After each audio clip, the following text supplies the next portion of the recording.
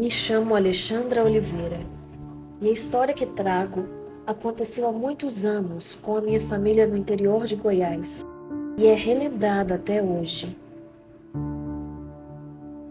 Lá pela década de 70, minha família vivia próxima à cidade de Pirenópolis.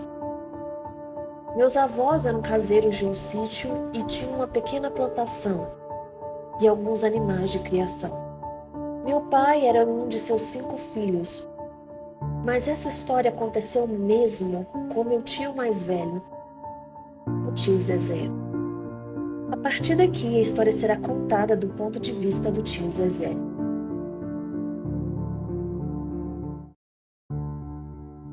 Se tem uma coisa que a gente aprende vivendo por aqui, é que a mata tem vida própria.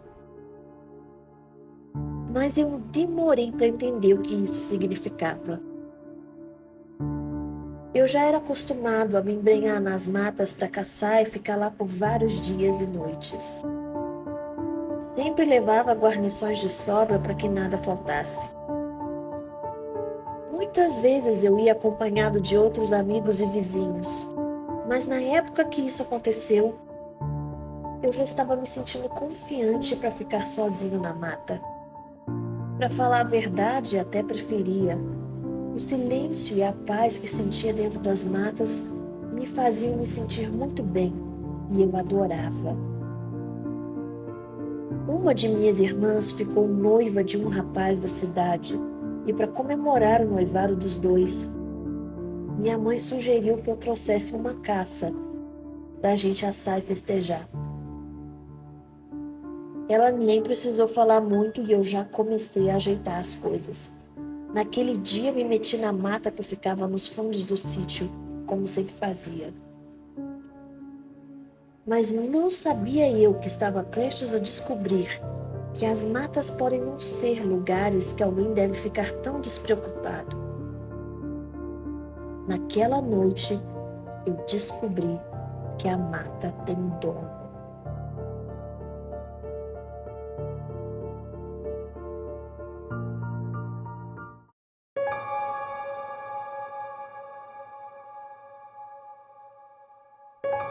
A lua já estava alta e eu estava de tocaia na mata, esperando alguma presa aparecer.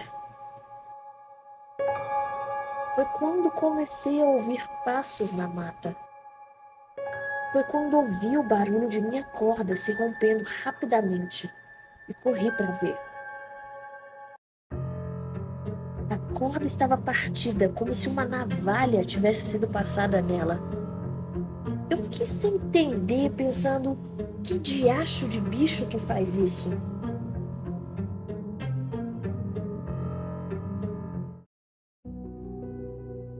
Foi quando comecei a ouvir uma risadinha fina que ecoava pelo matagal. Era como se aquilo debochasse de mim. Rapaz, você não sabe o que é o medo até ele chegar sem aviso. Logo saquei o facão e fiquei à espera de ver o que estava ali. Mas o barulho cessou. A mata estava silenciosa outra vez. Então comecei a ouvir um assovio ao longe. O som preenchia o lugar, como se estivesse vindo de toda parte e, ao mesmo tempo, de lugar nenhum. Decidi andar um pouco, com passos curtos e lentos, tentando não fazer barulho. A mata fechava ao meu redor. Aí o assovio parou de repente e eu fiquei parado. Segurei o facão com mais força e esperei, mas nada acontecia, só o silêncio. Quando eu dei mais alguns passos, senti uma coisa estranha, como se estivesse sendo observado. Olhei em volta, procurando, mas não tinha nada ali. Então, do nada, eu vi. No meio da escuridão, apareceu uma luz pequena, flutuante, com uma chama de vela que piscava entre as árvores. Era pequena, mas era o suficiente para me fazer parar. Isso não é bicho, isso não é bicho. Eu repeti para mim mesmo, tentando entender o que meus olhos estavam vendo. A luz flutuava devagar, se movendo para lá e para cá. Eu comecei a andar para trás, ainda olhando aquela coisa, até que ela parou e sumiu. Só que aí o assovio voltou, mais alto e mais próximo. Era como se a mata estivesse rindo de mim, dizendo que eu não deveria estar ali. Eu comecei a correr sem olhar para trás, o facão quase escorregando da mão suada. Só que quando dei por mim, estava de volta ao lugar onde tinha montado meu acampamento. As minhas coisas estavam reviradas, como se alguém tivesse mexido em tudo. E ali, bem no meio da clareira, eu vi o que não queria ver. Era uma coisa peluda, abaixada no chão, mexendo em algo que eu não conseguia ver. A criatura mexia os braços rapidamente. Só de você ver, sabia que não era algo desse mundo. Se mexia de um jeito estranho, muito diferente de uma pessoa. De repente, aquilo se virou para mim e vi que seus olhos brilhavam na escuridão. Naquele momento, senti nitidamente que aquele seria o meu fim. Ninguém poderia se deparar com aquilo e sobreviver.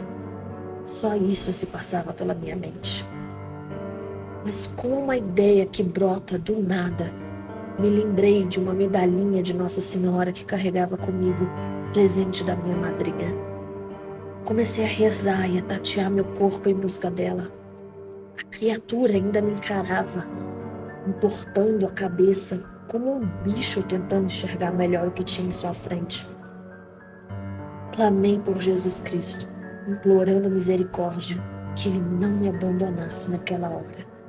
Então, simplesmente senti um golpe na cabeça e apaguei completamente.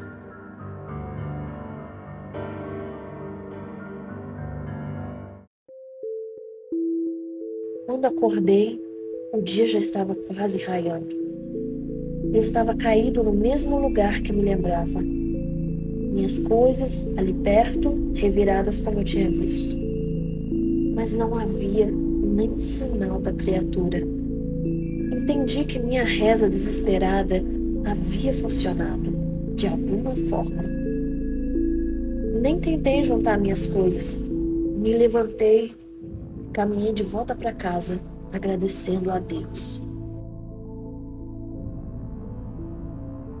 Eu contei essa história para todos que eu conhecia, para que servisse como um alerta para quem fosse entrar na mata.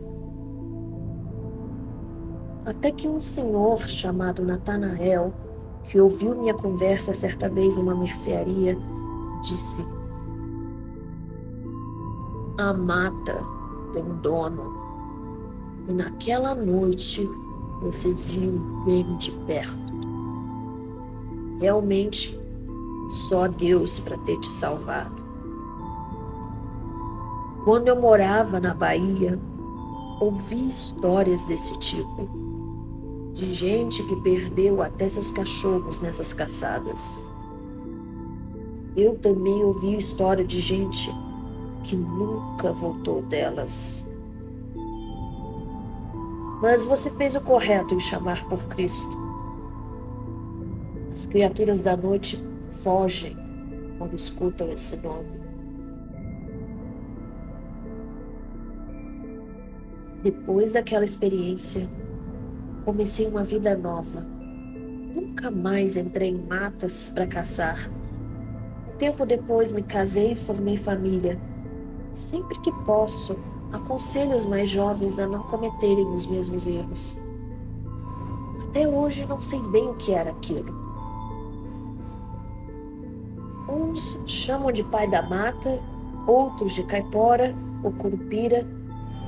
O que quer que seja, não tenho dúvidas que ainda esteja nas matas, espreitando e aguardando quem será o próximo desavisado a aparecer.